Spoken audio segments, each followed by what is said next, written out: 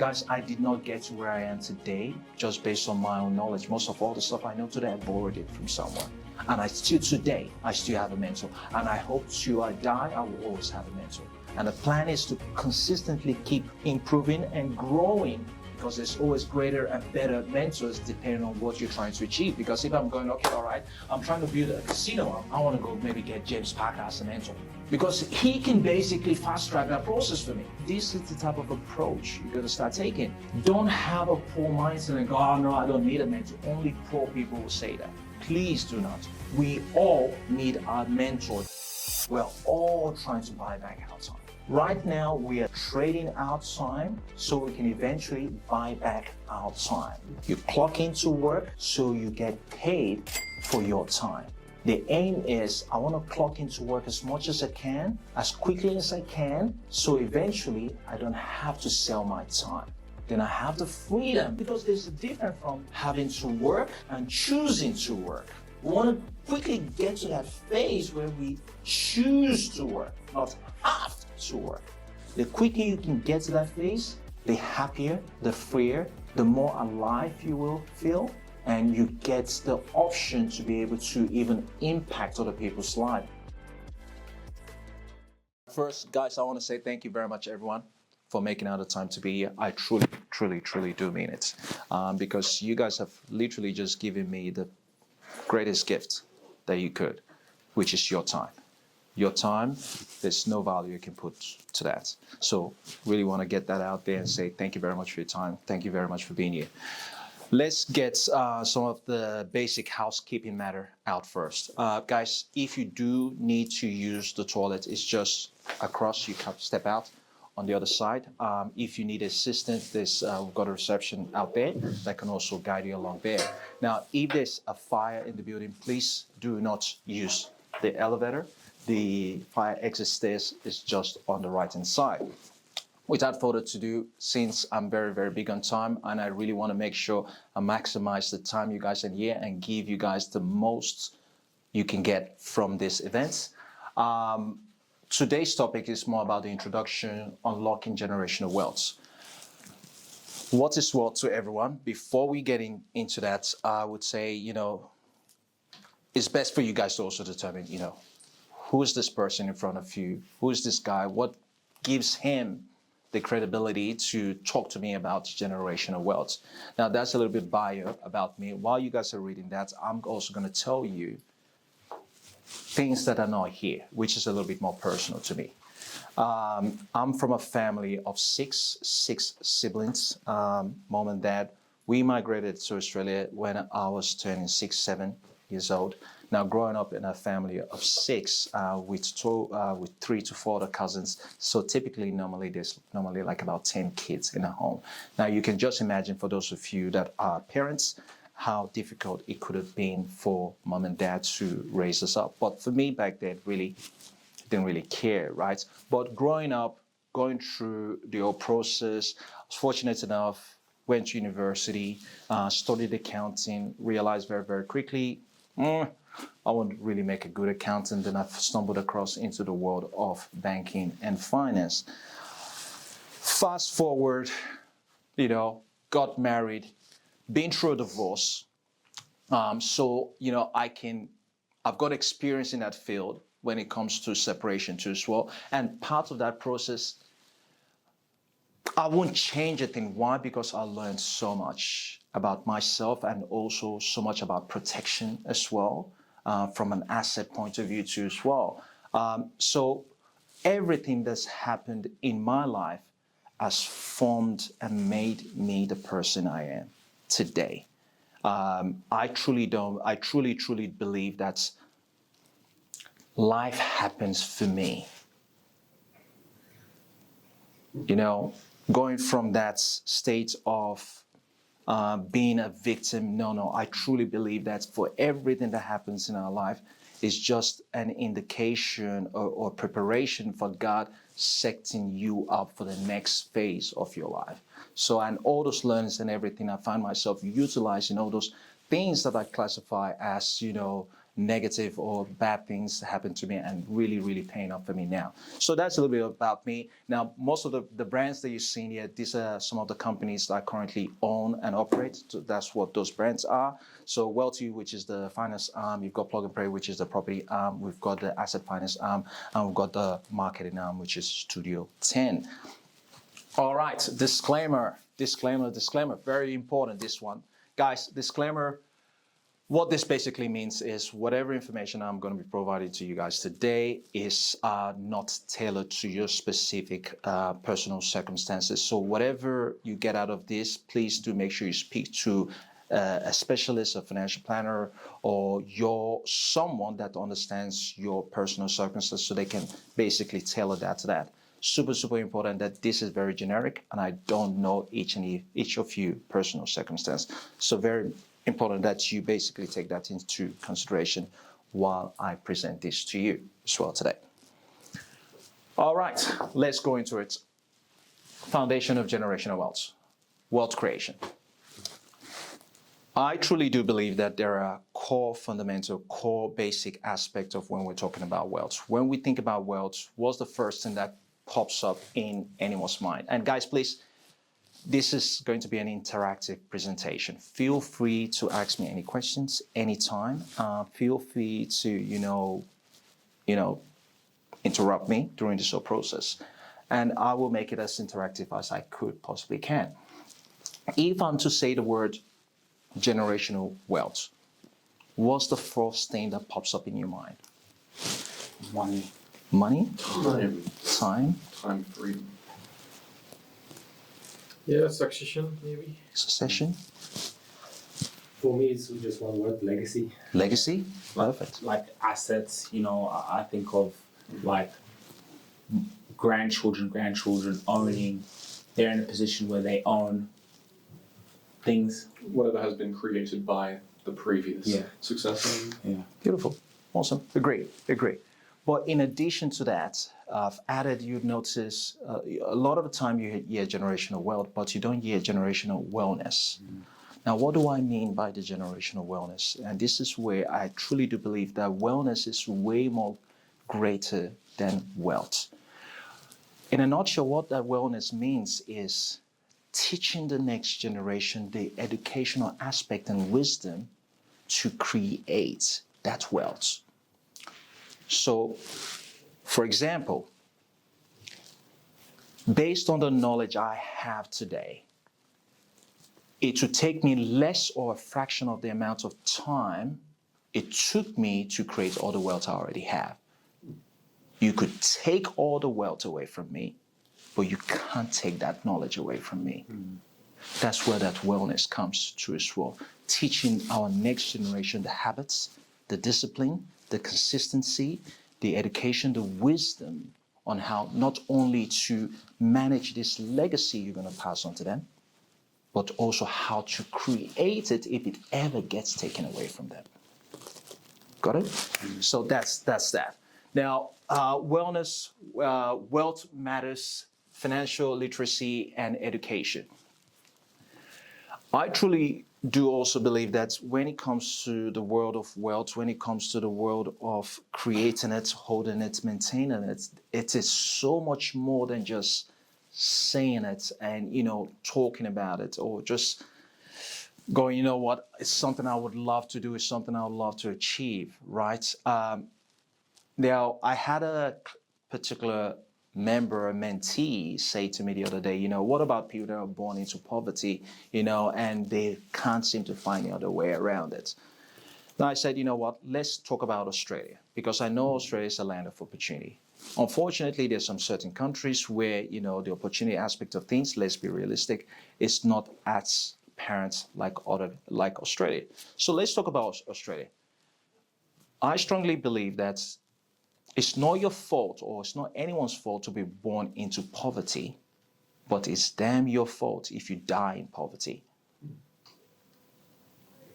It is your fault if you die in poverty, and I stand by that. Now, I could potentially get some backlash on it, but you need to put yourself out there. You need to get your education. That's why I really do commend you guys for taking out the time to be here.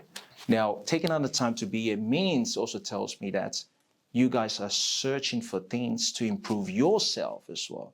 You're finding ways on how you can improve your educational wellness. You're finding ways on how you can broaden your network or your net worth as well. Little things like this, if you can't take out the time to educate yourself, if you can't take out the time to empower yourself, well, the whole idea of generational wealth is way gonna be, further away from you. So these are the things you got to invest into as well. So that's why it talks about the financial literacy and education. It's really just educating yourself, empowering yourself with the knowledge that you need for you to be able to go to the next step. What are the principles of creating wealth? These are very, very basic principles. There's so much more to it. These are the very basic principles: investing, leveraging, asset accumulation, debt management. What's investing? There are so many forms of investment out there. You've got your shares. You've got your real estate. You've got your businesses, right? But the greatest investment of them all, yourself. Why yourself? Very easy. When you look at the statistic with shares, return on shares on average over an accumulated period of time, shares return average anywhere from around 10 to 12% on average. Really? That's quite good. Quite good, right? Now, what's the return on real estate? On real estate, it could be somewhere but then when you take into account depreciation, and you take into account, it's almost close to that 10% as well. Now, also let's look at businesses. Now, these are the form of investment. I don't think there's any other form of investment. All those investments we just talked about, there's so obviously sub-investment within them. There's commercial real estate, there's multi-dwelling, whatever. Same thing in shares. You've got the NASDAQ, you've got the different multiple tower share, but these are the main fundamental form of investment. Now, when you talk about businesses, well, for those people that have businesses, if you're to ask them what is the return on investment? Some businesses can go up by 20% in 1 year. The next following year go up by 40%. Next following year can go up by 50%. But on average, most businesses would go up by 20, 30, 40% in most cases. So why I truly do believe the greatest investment is yourself is, let's face it, the return you get on the investment on yourself is infinite. Literally infinite. It's not 10%, it's literally infinite. So the number one investment, I'll always encourage people whenever I get asked the question, I've got 20,000, or I've got 10,000, or I've got 1,000, what should I do with it? Invest in yourself. Invest in yourself, because once you start investing in yourself, it starts opening up your eyes in terms of what the next step would be. If you've got no idea where to go, you've got no idea where to invest in yourself. You just can't go wrong, right? So that's the investment. Leverage. I love leverage. What is leverage? I can see some people smiling here. I can see some people have utilized leverage in the past to build wealth. Leverage is the quickest, fastest way to accumulate wealth. For example, you could have $10,000 and you say, you know what? I don't like debt. I'm going to take this $10,000, I'm going to invest it into a guaranteed 10% return on my investment. And you're getting your steady $1,000, and it accumulates and keeps adding on, you keep getting that. Well, if you decide to turbocharge that process, because understand, your 10% return on your $10,000 is $1,000. That's it, it's standard. But if I'm to take the same $10,000 to invest that into real estate assets or something else, utilizing leverage, and I buy something worth, keeping this calculation very simple, 100,000. Same returns, 10%. Am I getting 1,000? No, because I put 10,000. No, I'm getting 10,000. on my investment? Well, they'll go, well, you borrowed, what's it called? The remainder of it, 90,000. But what return I'm talking about is basically the capital growth on that real estate, because the capital growth is not just based on my 10,000 I invested, it's based on the actual property value. So you can see over time, the person that invested without leverage and someone that invested with leverage, they will supersede you in a very short period of time, right? So utilizing leverage is the quickest way to build wealth, very, very quickly. In terms of risk management with leveraging, Yep. so evidently the returns that you can obtain on a leveraged property of some sort, not necessarily real estate, but whatever it is, the returns are higher, but the risk is higher because now you have a debt to your name in order to get those higher returns. Is there like a standardized formula to follow in terms of your incoming cash and income and savings that you have in terms of your borrowing power and risk calculations there, or is it really just you financial planner one-to-one methodology there? There is a trick in regards, so obviously all what you've just said is pretty... Hey, I know you're enjoying this video. For any inquiries and mentorship opportunity, which I would be really looking forward to working with you, in this description below, you can get all my details, and I look forward to working with you soon. Required for you to be able to determine in terms of what's the best approach to take, your borrowing capacity, your risk appetite too as well, right? How much sort of leverage do you want to take over what certain period of time? What sort of return are you going to be getting on this? Is this going to cost additional? So yes, obviously you still need to have that one-on-one conversation to be able to determine based on your personal circumstance and what you're going to get out of this. Is it even worth it for you too as well, right? But do understand leverage, like when you talk about leverage, do understand most lenders now, when you're talking about leverage and you say you want to leverage using other people's money, leverage is literally other people's money, banks' money, whatsoever, using their money. Lenders or funders are very specific in terms of what they're going to lend you for, right? So if I'm to go to the bank now and say, listen, I want to buy shares, they won't give me the money. Now you got to start asking yourself this question. Really think about it. If the banks are not willing to give me money for shares, but they're willing to give me money to buy a house, why is that? Well, that's something I'll let you think about. Sure. I'm not going to give you the answer to it. But always, when it comes to leverage, you always want to do what the person that is going to give you the money for like to do. In this case, the banks. The banks like giving money for property. Their historical record, there's historical data. Some banks will say to you the particular areas you might want to go buy in. They might say, okay, in the city CBD, in this particular postcode, we're only going to do a maximum leverage of 80%.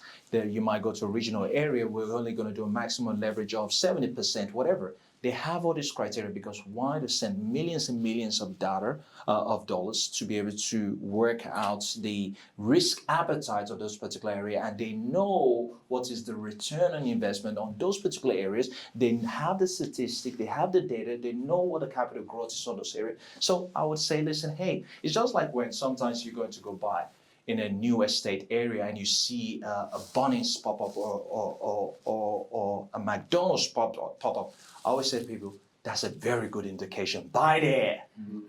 These guys are spending millions and millions of dollars per annum to analyze where are people going, to be able to predetermine, to work out those trends. And once you see them there, trust me, they've done all their due diligence with a team of experts to determine, yes, this is where people are coming, this is where people are going to live in. Before even Lepentin exploded, we saw a lot of big companies already going there. They already had those data before the general public knew about it. That's their job. So looking at those trends to determine in terms of where you want to invest as well also do help. But I know we've kind of digressed based from the topic of leverage, but with leverage, yeah, go. Good question. So what are your thoughts on the shares, like the real estate shares? Like I hear, like, what are they called? REITs? Yeah, REITs. What are your thoughts on that? Can I be, with a good budget, be investing in that and getting a percentage? There is, like, honestly, to be honest, okay, let me answer this question without answering the question. If you speak to someone that drives a Toyota car and they love a Toyota car, and you go to them and ask them, what's their opinion when it comes to buying a car? What do you think they're going to tell you to buy? Toyota. If you speak to someone that drives an electric vehicle, because I know someone loves an electric vehicle here, and you ask them what's the type of car to buy, they would rave on about an electric vehicle and say, listen, buy Tesla or buy the BYD or whatever, or they might say, oh, screw BYD, buy Tesla, whatever, right? Same thing when it comes to the world of investing, and this is where I say be very mindful, and also that's why I had that disclaimer here. The truth be told, I will be biased based on my opinion, based on what I like, based on what I've done. I will say to you, this is the best. Yes, it may work for me, but may not generally work for you. So you speak to someone that trades in shares, they'll say, screw real estate, screw all that. Shares is the way to go. This is what I earned on this. Look at the data I got. Look at this, look at that, right? And they would basically swear on their mother's life on it. Doesn't make them right or wrong whatsoever. Businessmen will say screw shares and real estate go into business. 100%. I'll let you put the password on that. So be very mindful in terms of who you speak to. You really just, I guess you got to work out what's your risk appetite. Understand, whenever you hear the word investing, there is always an element of risk. There is no such thing as, hey, I know you're enjoying this video. Please like, share, and subscribe. Thank you. The appeal of someone could come rob you. This is why I take the money. So there's always going to be a risk, regardless of wherever you put the money. If you decide to carry your money with you everywhere you go, you could get robbed on the road. So there's always going to be risk. You just got to work out what sort of risk appetite you've got and what sort of risk you're willing to take. But regardless of whatever the risk is, I always say, please do something rather than procrastinate for too long. I hope that kind of answered your question, doesn't answer your question in a way. Moving on to asset accumulation. In most cases, most people from their working age, 20 to 65 or 67 or 70, they're in that phase where they're consistent, like not even 67, I think even 50 or 60, late 60s. They're in that stage where they're consistently trying to accumulate. So that phase during your prime age, my prime age, I want to get as much asset as I possibly can. Then once I start getting to my retirement age, that's when you start getting people wanting to consolidate their debt, wanting to pay off this particular type of loan, wanting to start thinking about, okay, should I move some certain things from the SMSF, where I get tax-free kind of income generating, or should I transfer the ownership of some of my properties or my business into this particular type of entity because the tax benefit on that is better. So there is a timeline in everything we do. So when you think about it, for those of you that watch sports, there is the quarters during the game, 15 minutes, quarter. I'm not saying life is like a game, but we all do have that timeline, quarters. And I think it's like about that 4 quarters in our life. So from when you start working, and do the maths with me, I think when you start working from your 20s to 30s, let's call that the first quarter. From your 30s to your 40s, second quarter. 40s to 50, third quarter. And your 50 to your 60, fourth quarter. If in your first quarter of your life, what I call a financial loser, because you're not winning financially, it sounds harsh, but you're not winning financially, and you go, okay, all right, I've got second quarter, 30s to my 40s. If you still know where you need to be, then once you start getting to your third quarter, really the game is on. It's make or break now. If I can't get it right, my 40s to my 50s, it might be game over. But what is getting it right? What is getting it right? Getting it right, it depends on the individual. Everyone's lifestyle is very, very different. For me, I might need $1,000 a month to live a very modest, happy life. For you, you might need $5,000 a month. So it really does depend based on your lifestyle, right? Some people are very, very frugal with their money, and they're happy to go to the dollar shop, and they just love the exercise of haggling. They see it like fun. Go there, how can I get something they've marked up for $10, get it for $5? Some people don't like that. They would rather pay premium price. So it really does depend, right? So I mean, at the end of the day, in that scenario, everyone still has the end goal of being able to live freely. No? Correct. Because it depends on the person for what that might take. But within each quarter of your life, the earlier that you actually obtain the assets in order to buy back your time, thus you then become free. I love what you just said. Let's stay on that. All what we are all doing, we're all trying to buy back our time. That's what it is. Right now, we are trading our time so we can eventually buy back our time.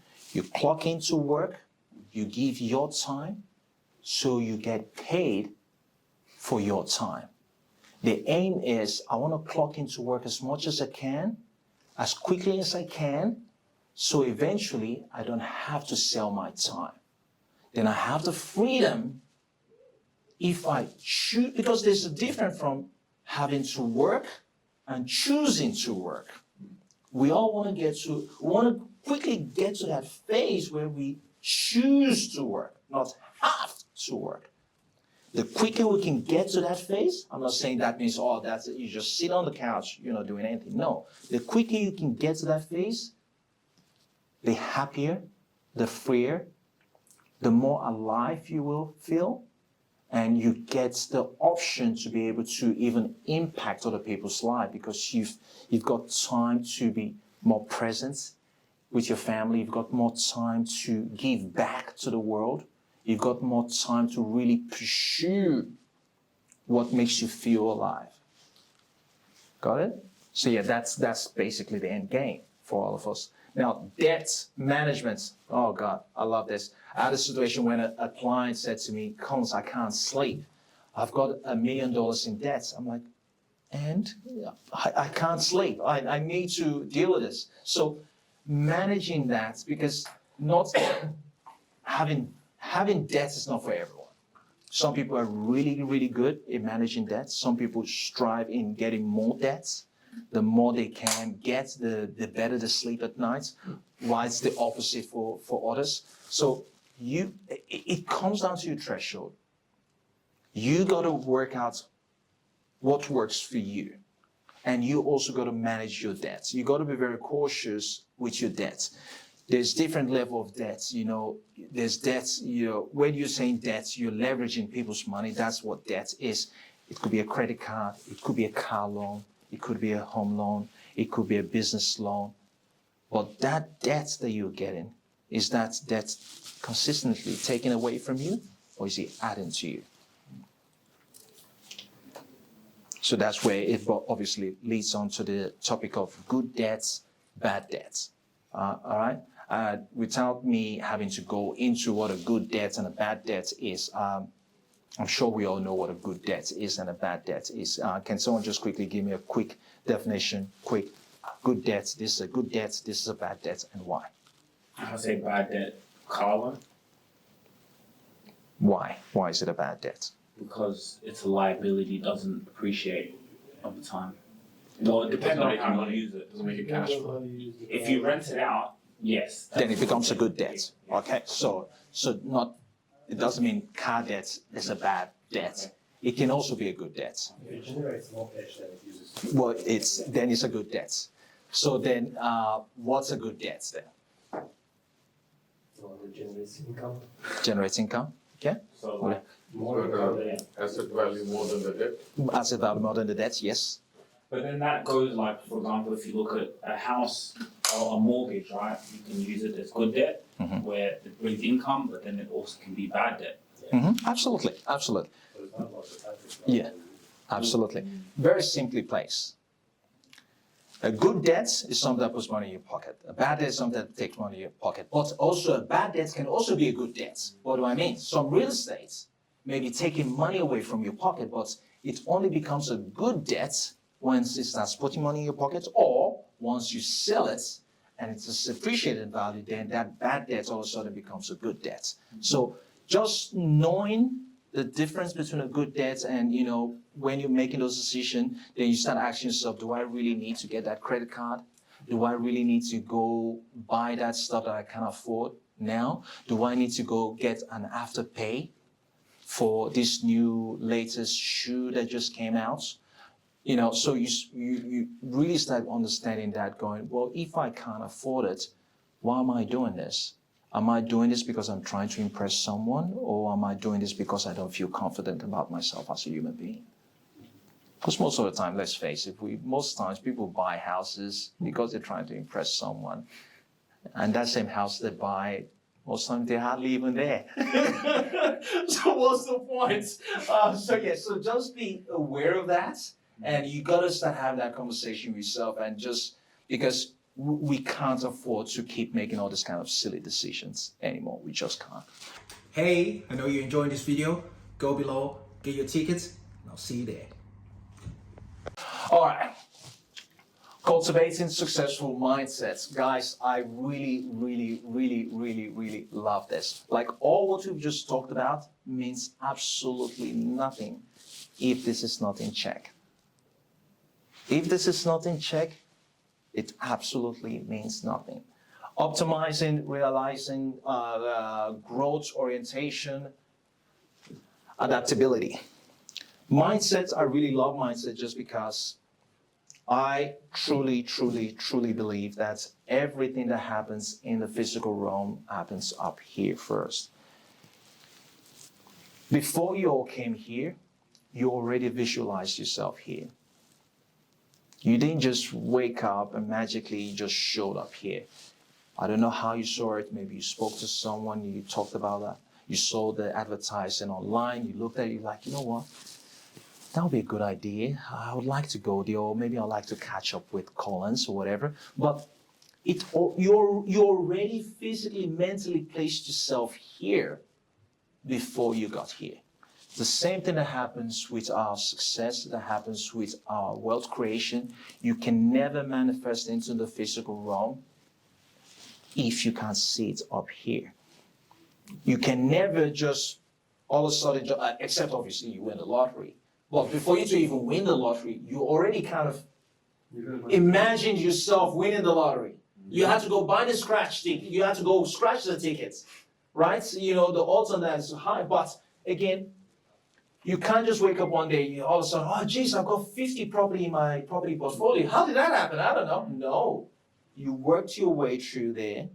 You imagined yourself, having them, and you did what needed to be done for you to achieve them. So the mindset, utilizing that, optimizing that, and just holding on to those visions really, really makes a difference compared to someone that doesn't have a vision. Now, if I'm to ask each and every one of you, which I am not going to, so don't panic about that, and ask you, what's your 5-year goal? What's your 10-year goal?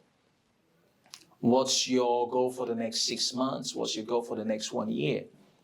I can tell you this, if you right now, you all know what the answer is to that. If you can picture that right now, and you know it, like day and night, you've got a better chance of achieving that.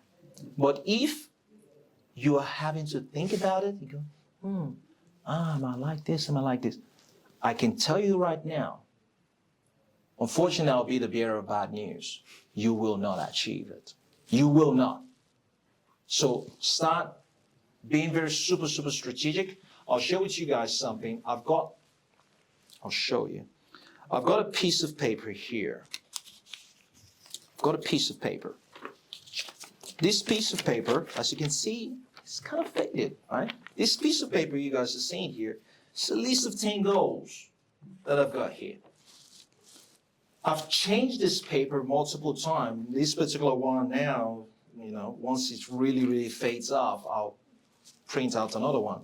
But most of these goals, I have been carrying it with me for over 5 years. Most of these goals. Over 5 years. I read these goals every morning. I've literally memorized it. I've got this goal next to my bedside table. When I'm having a shower, I say my affirmation. I say those goals. Consistently, every day, not fail. Why?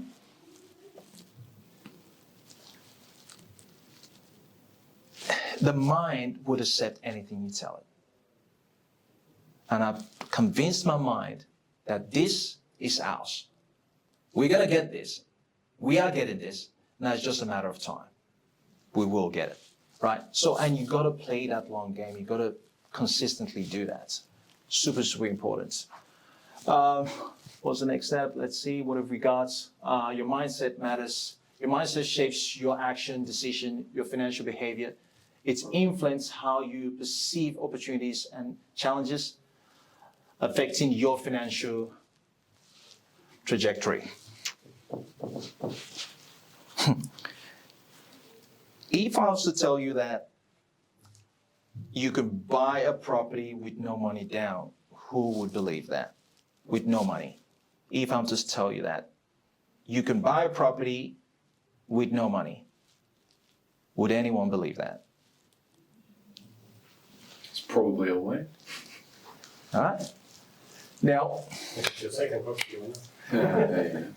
all right. And this is where that's why there is a very small percentage of people in the world that literally runs the world. Because their mindsets, the way they think, the way they perceive opportunities is totally different from the way we see things. And the reason why is because we are thinking small. On your way coming here, there would have been so many opportunities that presented itself to you, but there's no way you can know it's an opportunity because you're not aware of it. How would you know? And by the way, in regards to buying a property with no money down, yes, it is very possible. I've done it. Very possible. That's a whole different conversation completely. Backtrack 6 years ago, I was very skeptic. I didn't really believe a lot of stuff. But when I gave myself the opportunity or the permission to open up my mind to the possibilities out there, I started realizing, oh my God, there is so much here. There's so much out there. There's so much the universe has got to offer that I've taken the approach now that all I want is point to what I want, and that's going to be mine. The only reason why I don't own Australia, I'm being serious, the only reason why I don't own Australia is because I don't believe I can own Australia. So when I mean I own Australia, I mean like I own all the real estate in Australia, right? That's the only reason why I don't, because I truly do not believe it. But once you can pass the threshold and start understanding that we're living in a world of abundance, there's too much to go around. You've got billions of dollars just waiting for you to come access it, but you just don't know how. Then things start changing.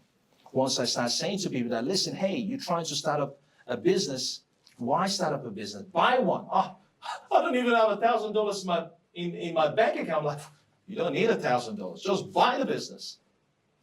Go, what are you talking about? Yes, just buy the business. Well, what do you mean? Buy it. Don't you need money? No. Buy the business.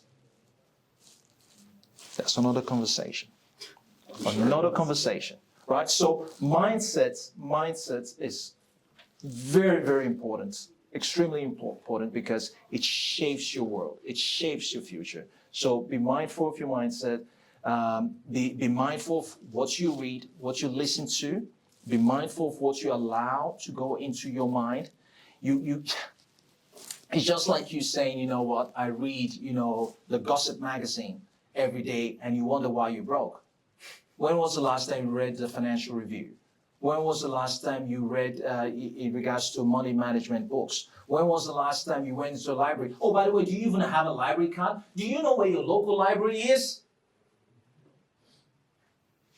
No, I don't. What's that got to do with me being broke? Well, if you haven't worked it out yet, then you've got a bigger problem than I thought, right? So these are the things we've got to be mindful of. You've got to start, we need to start having serious conversation with ourselves. We really need to start having this conversation with ourselves. Like, what are the habits I'm doing preventing me from being the great human being I'm called to this earth to be? We've all got gods in us. Like, if we're created by the Creator. Hey, I know you're enjoying this video. Go below, get your tickets, and I'll see you there.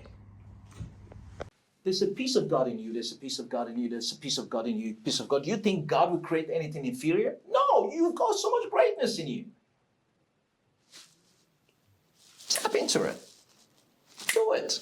Forget about what the society says, that, the limitation and all the negativity out there. You got to look beyond that and go, you know what, this is just, it's not for me. Like sometimes people say, that's not realistic. Guys, I want to tell you this. If you ever hear anyone tell you that's not realistic, go the other way. Because someone else's reality doesn't have to be yours. You determine your reality, not someone else's. Super important. All right, what have we got here? Successful mindset. I believe we touched on this a little bit. Set clear goals. Oh my God, I showed you an example. I can't stress about this. It's, you having this conversation, you're taking notes down, doing all this stuff. When you write things down, it's so much more powerful, and you go back and you read on that stuff. It's extremely powerful compared to just, trying to read it. And you write down what's your next 5 years plan, what's your next 10 years plan, and always think about the long term. I know we're living in a world where everyone wants instant gratification. You order something, bang, it comes in straight away. So people don't have patience as much, but understand that this is a long-term play. If you're thinking, I'm going to get an investment today, Collins told me I can buy a business today and tomorrow I'm a millionaire. No, I didn't say that. It takes a long time. It could take over a decade. It could take 2 decades. It could even take longer. It's a long-term play. Positive self-talk. What do I mean by positive self-talk? Guys, please understand this. If no one says you look good, you're good looking, tell yourself you're good looking. Positive self-talk is super important. Positive self-talk is super important. You do not need to wait for someone to speak power into you. Speak it to yourself. You do not need to wait for someone to show you love. Show yourself love. And that would attract all that back to you. It comes down also to your affirmation. It comes down to your gratitude. Simple things like, I am so happy and grateful, whatever you want to put in there. I'm grateful. I am so happy and joyful. Fill in the blank. Fill in the blank. Fill in the blank. Get into that habit. Setting clear goals. Positive self-talk. Positive self-talk. You should never ever go one day and not say something positive about yourself. Never. Well, I've got a mirror in my home, in my bathroom, so I look at myself and something like, only if I can record myself in the morning, you think I'm a crazy person talking to myself. But you have to have those conversations. Do you know how much time you spend with yourself? Yes, even if you're around people, like, your mind, you're with yourself most of the time. Imagine in your mind you're having all these negative thoughts. God, I don't want to live like that. No. When you with yourself, appreciate yourself, love yourself, it doesn't matter. If everyone says no bullshit, that's their opinion. Love yourself. So super important, and you'd be surprised. Just that alone could change your life. Just that. How? How do I know? Well, I implemented it in my life, and it changed my life. Learn from failures. I actually don't call it failures. I call it opportunities, but obviously a lot of people can relate to that word failure. Understand, we talked about me going through a divorce and all that stuff. It's one of the greatest things that's happened in my life, because from the downsides of that, from some of the failures, or I'll call it opportunities, I was able to pass on those impacts to other people that are going through the process and say, okay, this is what you could do, this is what you can't do, or this is what you should be mindful of, or these are some of the trigger signs. Failures is an indication that you're going the wrong way. I'll say it again. Failure is an indication you're going the wrong way. That's the universe telling you, hey, buddy, don't go this way. You should go this way. So understanding that failures should be equally celebrated, even better than success, because there's no way you can get to success without failure. So if anyone on this amazing table turn around to me and say, you've never failed, then I'll say to you, well, you've never tried. If you've never failed, you've never tried. I said to you that, I bought a properties with no money down. Do you think it just happened like that? No, it didn't. I lost some money in the first attempt, the second attempt, the third attempt. Lost a lot of money.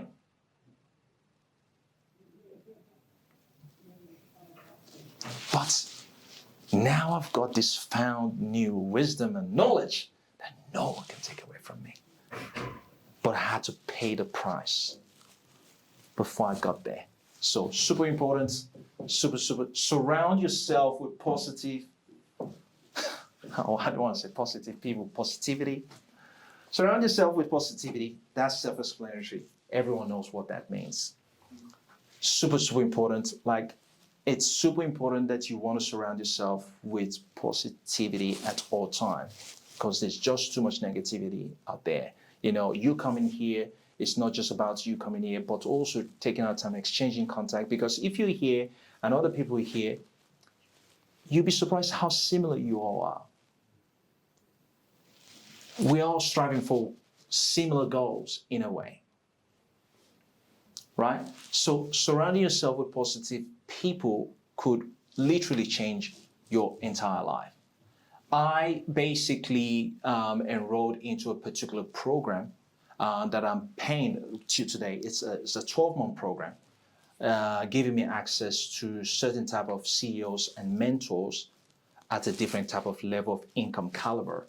I'm paying them $8,000 a month so I can be in the room of this type of high net worth people. Now, the whole purpose of that is not to get referrals or whatsoever, but just being in that environment, because the type of energy you get from there, the words, the conversations that get exchanged in that type of environment is way, way, way more powerful compared to, you just casually hanging around with people. Now, it's not something you're looking at doing, but just even being very strategic in terms of your network of friends. Let's include family. Doesn't mean because we're family means, I have to hang around you. We all, I'm from a very big family. I don't get along with all my brothers and sisters. I don't. For those of you that get along with all your families and your brothers and sisters, I'll say you're blessed. You're truly blessed. But not everyone I know get along with all their siblings and family.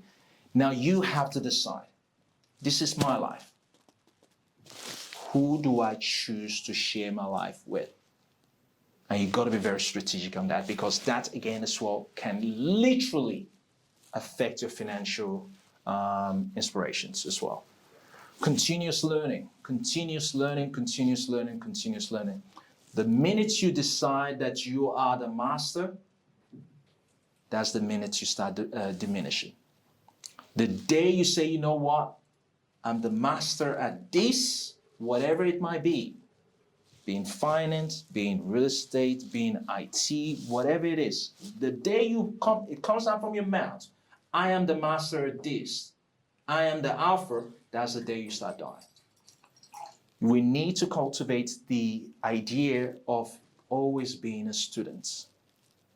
Because with that type of mindset, it opens up your mind to keep accepting and keep learning and keep taking on new ideas. So that's powerful itself. I'm going to move to the next phase. All right. Passing on generational wealth. This is super, super important. Why is this important? One is for you to acquire, just how we talk about the different quarters in our lives. Acquire all the knowledge. Now, what do you do with this knowledge? There is this famous saying that goes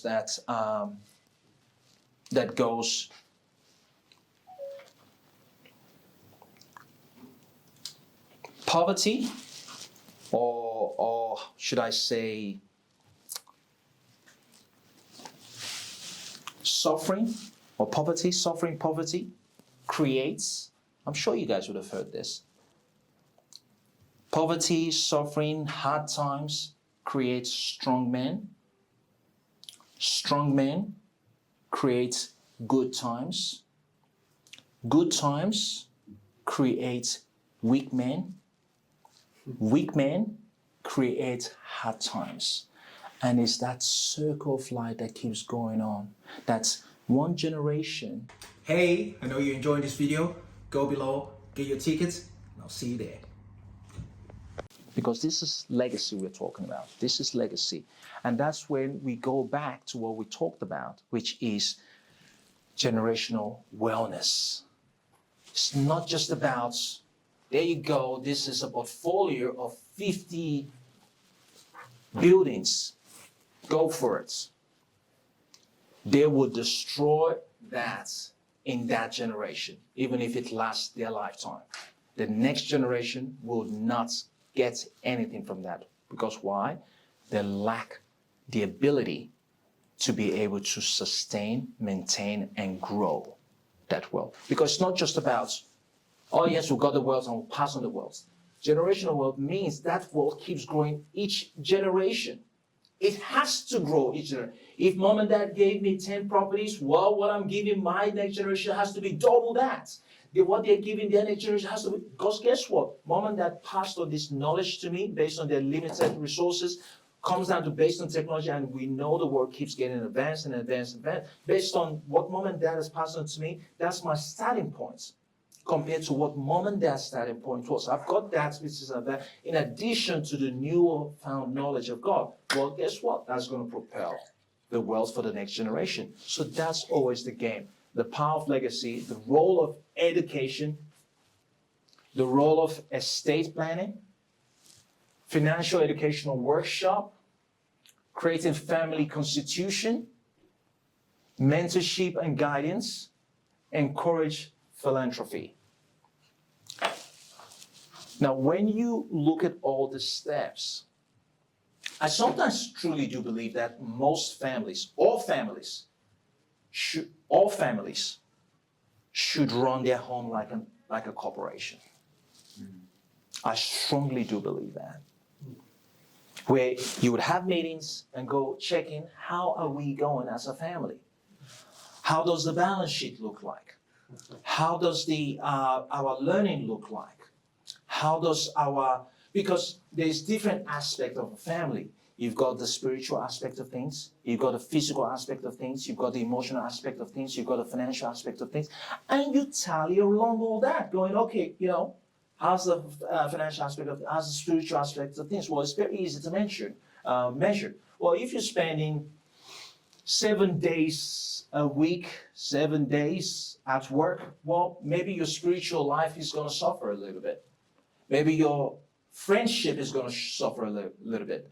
Maybe your marital status will suffer a little bit. And that's where you go back and check and go, okay, all right, maybe I need to balance a little bit more on this. That's why those checking is super important. And having a mentorship, I truly believe that any parent that has a child, start really thinking about mentoring them. You start off mentoring them and strategically take them to places where you want them to listen to things from somebody else, because we all know we will listen to someone else than our own. You know, it's just, let's use my father as an example. I could literally tell my dad something like, now, Dad, do this, this, this. He won't take me serious. But I would get somebody else say the same thing that I said, and he'd go, yeah, that makes sense. Literally, he would say that. But I understand. I'm a father now. I understand, I totally understand. So what I strategically do, if I want any of my loved ones to do something, I don't tell them. Take them to the specialist. Have this conversation. Don't tell them. I don't do it. So for those of you that have got kids, definitely really consider mentorship and guidance. You can be the mentor for them. Once they get older, get them into the habit of always having a mentor. Guys, I did not get to where I am today just based on my own knowledge. Most of all the stuff I know today, I borrowed it from someone. And I still have a mentor. And I hope till I die, I will always have a mentor. And the plan is to consistently keep improving and growing the amounts I spend on mentorship every year. That's part of my goal. If I spent 20,000 2 years ago, I want to be able to double that. I want to be able to double that, because there's always greater and better mentors depending on what you're trying to achieve. Because if I'm going, okay, all right, I'm trying to build a casino, I'm going, you know what, I want to go maybe get James Parker as a mentor. Because he can basically fast track that process for me. But if I'm to get James Parker as a mentor, obviously that's going to be very expensive, and I have to obviously prove to him why should he consider mentoring me. Right? So I got to sell myself. So, and this is the type of approach you got to start taking.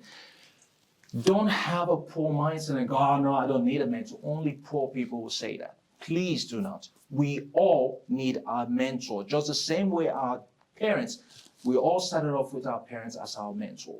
Our parents, our mom and dad, absorb from that and things like that. You've got habits and behavior that you've taken from your mom, you've taken from your dad or from your sibling. You need to be very strategic in terms of what sort of habits you start taking moving forward. That's why you strategically say, you know what, this person, yes, you're the one I want to listen to, and I will pay you for your time. Which comes down to the same investment I was talking about, investing in yourself. A mentor is you investing in yourself. With those type of investments, it's infinite return. Can you talk a little bit about creating a family constitution? Have you ever seen a company constitution? No? Okay, that's fine. But creating a family constitution, basically establishing a family constitution means outlining the principles, the values, and the rules of the family. What do I say? Okay. Let's say rule number one, you can say as a family, I don't want to make it more of an organization. Every organization has a constitution. Every company has a constitution. But let's keep this very basic family. So family, you can say your family rule is we don't yell at one another. That could be a rule. And you would have a plaque that says that outline on if we have a conflict within the family, we talk through it. And these are the process to have that conversation. That's part of a rule. As a family, we all go to a place of worship every Sunday. That could be a rule. As a family, we don't eat fast food. And if we do, we will only do it once a week or once a month. Why? As a family, we only eat a certain type of organic food. We don't buy food here, we don't buy food here, we don't do this. We prefer to make our own homemade food. As a family, we don't put tattoo on our bodies. Whatever the case might be, like whatever. The Constitution is really what is valuable to you as a human being and the next generation you're trying to raise. As a family, we don't put, we don't wear any earring. As a family, we cover ourselves. We don't expose ourselves to the public, right? Or as a family, we do a family bonding vacation events once a year, right? So having that, and it's quite remarkable that it feels like everyone is trying to wing things, and they're wondering what's going wrong. You can't have a great family if you don't have a constitution, because everyone is just doing whatever. You can't. It's not going to happen. It's just like you said. Same thing I said in terms of Hey, I know you're enjoying this video. Please like, share, and subscribe. Thank you. Your investment strategy. You can never build wealth if you don't have a plan. If you don't have a clear goal, you can never create a strong, loving, caring family if you don't have a constitution or a plan or a structure. There has to be a structure. Must. You may have a family. Some people go, no, I never had a constitution, but I've got a family. I say, okay, what sort of family do you have? Is it a family filled with love, compassion?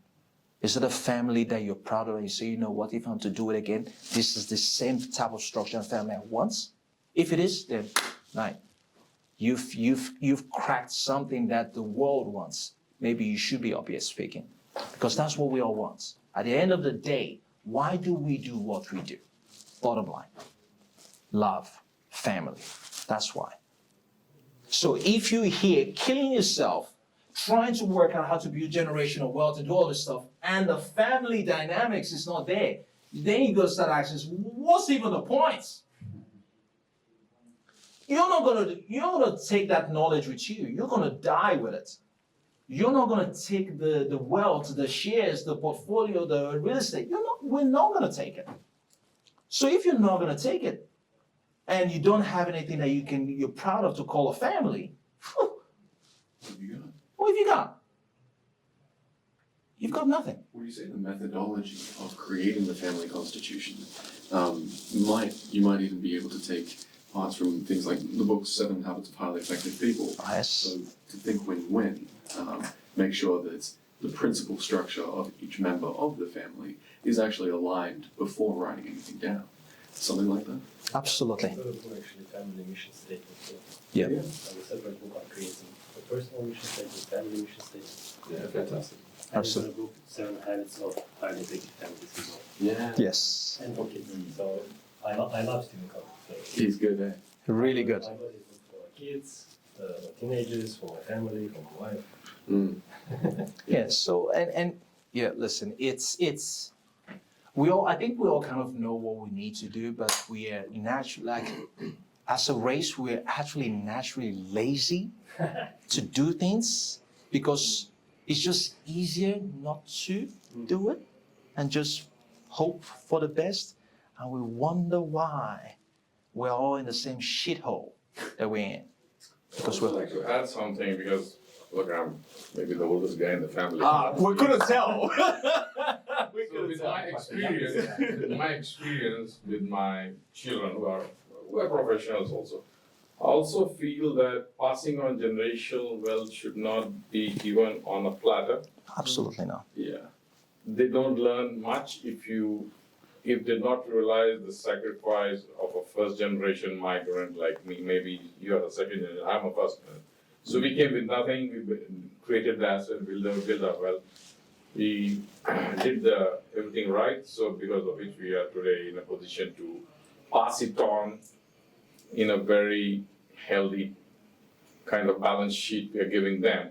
At the same time, if we don't impart them the knowledge of how you go from a zero base to a level where you can achieve, as you say, that generation, you are training them to destroy it. So Absolutely. it's very important to give them minimum and give them education to grow their wealth, to monitor, to mentor them, And when they are ready and when they realize how difficult it is to earn the first dollar, to earn $1 million is the easy part. To earn the $10,000 is the most difficult, I'd say. The first $100,000 is the most difficult. Then it multiplies. So you got to teach them how to create that $100,000 through a mentorship and through giving them knowledge and education, not just, oh, I got a property, you want some equity, okay, here's equity. He might destroy it. Absolutely, absolutely. I couldn't agree more. That's why I said to you guys, the wealth is not the most important one. The most important is the wellness. It's the wellness. That's the most powerful one. Like, I actually reckon you would destroy a child if you give them wealth without the wellness, without the knowledge, without the know-how on how to. You would actually destroy that child if you just give them that wealth. So the wellness is if I'm to choose one, either give my kids wealth or wellness, I'll choose the wellness anytime, any day of the week. Because I know with that knowledge that they have, they can build massive amounts of wealth. Cool, love it, love it, love At the it. beginning, what's the best asset? The best asset is Yourself, invest in absolutely, yourself. So absolutely, if you want to hand over the best asset, hand over that. exactly. I'm loving the fact that we're all speaking the same language. Loving it. I love it. I love it. Thank you so much, guys. All right. So passing on generational wealth. Your wealth isn't just for your own benefit. It's for the benefits of your future generation. Ensure that your family members are educated about financial responsibility. Actively engage in estate planning to guarantee their assets are passed on according to your wish. Now, I will stop on this a little bit. Estate planning is super important because one thing is obviously, yes, you pass on the wealth, you pass on the wellness, but how do you protect it too as well from, the vultures of the world? Because yes, you could do all the right thing, your kids are doing all the right thing, that doesn't mean they're protected. So having estate planning, things like testamental trust in place that dictates what happens, making sure you've also got a trust in place too as well that determines who are the beneficiaries and things like that. Estate planning is definitely something that you all really, really want to start looking at. You don't need to wait till you're a millionaire, but start having that conversation with a financial planner or a financial advisor would really start giving you an idea in terms of what sort of directory you can go. Because now when you think about it, there's a lot of big families out there that have built so much wealth, and you would notice that you've had situations where there have been businesses in the family, in the family name for decades and decades, for even hundreds of years. Are you telling me that there hasn't been one generation in those 100 years that wanted to sell the business or wanted to sell the property? Of course they have been. But what? You know what? They couldn't sell it. Based on the structure, based on the instruction, based on the testamental trust, and all the guards they've got in place, that they can reap the benefits of those assets, but they don't technically own it. And this is where you start putting structures in place that you can also look into, and you don't have to be wealthy to do that. Consider organizing financial education workshop. We talked about that. Some family establish a family constitution. We talked about that. Be a mentor, guide, and encourage the culture and giving, philanthropy. Giving. I think that also, giving is, I feel so good when I give. Well, I'm not saying go crazy with it. Don't go crazy with it. It's just having a rule in place, which I'm also trying to teach my mentees to as well, saying, listen, if you can't give when you have $1,000, trust me, you won't be able to give if you've got millions of dollars. People think, I've got to be rich first before I give. No. If you can't give if you've got $1,000, trust me, you will not give if you've got $1 million. So get into the habit of little simple things, and I encourage you guys to start practicing this. You go, I've got $1,000, assuming I'm earning $1,000 every month. You want to estimate like 50 to 60% go into your your everyday stuff, like, your rents, your mortgage, whatever, your bills, whatever, right? Expenses, all the stuff. Then you probably want to put in maybe around 10% for personal entertainment for yourself, right? You go, I'll do this, or go buy drinks here, or whatever, 10% for that. You want to put in 10% to giving. It could be paying your tithe. It could be helping the less fortunate. 10% giving. Give 10%. I'll say probably just 10% giving to tithe, like, religious based. Another 10% go towards something you truly support, like some sort of, I'll call it more like a charity fund, which still falls under giving in a way, charity fund. And the very last 10%, put that back into yourself. Education. Go buy some sort of, that $10, go buy that $10 course, learn something. And if you can strategically do this, like in a small amount, trust me. Obviously, that breakdown is based on someone that's a PAYG. I'm not talking about self-employed, because self-employed and $1,000, we all know that that $1,000 doesn't belong to them. It's you got to put aside something for the government. But I'm talking about someone that's already paid their tax. This is $1,000 left over. How should they spend it? Very, very strategic on how they spend it. Now, going back to that clear goal, we talked about clarity on things. Hey, I know you're enjoying this video. For any inquiries and mentorship opportunity, which I would be really looking forward to working with you, in this description below, you can get all my details, and I look forward to working with you soon. Could you guys say, you've heard people say, I don't even know where my money is going? Everyone seems to say that. Do you know why? Because they don't actually look after it. They don't. They don't have. Listen, if you don't have a plan for your money will have a plan for you. I'll say it again. If you do not have a plan for your money has a plan for you. I truly do believe money has its own spirit of itself. It wants to flow. So if you don't strategically plan and be strategic about it and go, once I get this money, this is going here, this is going here, this is going here, this is going here. What will end up happening is it will go wherever it wants to go without your control. So I've heard the term fuzzy money. Fuzzy money, there's a lot of that. It's all fuzzy. There's a lot of that. We see that a lot because we deal with finance, and we always ask people the question and go, I don't even know where my money goes. If I get $1 for every time people have said that to me, I would have over $1 million by now. People don't know where their money goes. And you start looking at things like, Uber here, this one there, go to the pub here, do this there, do that there. Before when the ATM used to charge, the one that I almost fell off my chair. This was like over 5 years ago. I looked at one guy's bank account, and I noticed he was getting charged almost over $50-something a month in bank ATM withdrawal fees. Before, when you go to ATM and you want to pull cash out, and some ATM will charge like $2 to withdraw. This guy was paying $50-something. I'm like, dude, do you know, you just on that alone, let's not even talk about all the stuff. Well, I said, you go here. I'm like, no. You got to get on top of it. You got to be strategic about it. So strategic. I can't stress this enough. Cool.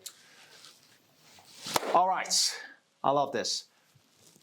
This is just something I put together. I want to share with you guys too as well, which is that your wealth is not just the sum of your assets. It's the values, the wisdom, the education, and the principle you pass on to people, your descendants. It's about leaving a positive impact and securing a brighter future for people around you and your loved ones. Leave you with this. You've never seen a cow drink milk or chicken eating eggs. Your gifts, our gifts, are not for you. It's to be shared with the world. Once we truly, truly start understanding that, you've got a responsibility. We were talking about this, like you say, I want to help. Once we truly, and it's quite beautiful when you get to that level of realization. But unfortunately, a lot of the time, most of us get to that level of realization towards our older age, because we're a lot more. When you're young, like listen, in my 20s, 30s, it's all about me. It takes another level of maturity when you go, it's not about me. It's about how I impact people around me, not me. And once you start living in your true calling and start going, how can I give all that has been given to me and give it all away with no expectation, that's a whole difference in your life. And that's my presentation for today, guys. Thank you very, very much, everyone. I'm going to open up the floor. And if you guys have any questions, I'm here to take any questions that you guys might have. Let's have a conversation. Talk to me. What have you got for me? I wanted to talk about assets acquisition through trust instead of in your personal capacity in terms of from a borrowing perspective also. I've been told that it's much beneficial than to a personal. Yeah. So what do you recommend? There's a lot of things you obviously got to take into account in trust. Now, let me make some assumption here, because obviously we're not going to make this about personal advice whatsoever. The assumption is, you're buying an investment property, right? And you put it in trust. One thing most people always seem to forget, in a trust, you obviously don't get some tax incentive, which I'm sure you're fully aware about that. As long as you've worked out those particular tax incentives and you go, you know what, I don't really care about too much about that. All I care about is my borrowing capacity and protection of my assets. If that is more important to you, then absolutely. Now, how that works is, which I think I know exactly what the question you're asking is. Let's say, for example, you've gone to come see your broker, and you said to your broker, I'm looking to buy an investment property. What's the first thing? What's my borrowing capacity, right? And they told you your borrowing capacity is 500,000. You're probably better off purchasing in a trust. Reason being is you can literally multiply that 500,000 multiple times rather than diminishing your borrowing power in one single go. What do I mean by that? When you do acquire property in a trust, in most cases, once the income debt to service ratio, you can evidently show that the trust can manage its own financial affairs, which normally on average is like about 1 to 2 years. Typically, most banks would prefer. The banks could exclude that debt. And once they exclude that debt, guess what? Well, technically, you don't have that debt. That means technically your borrowing capacity is still 500,000. Assuming there hasn't been any changes with borrowing capacity, interest rate, and so on and so forth. And that's how you see people.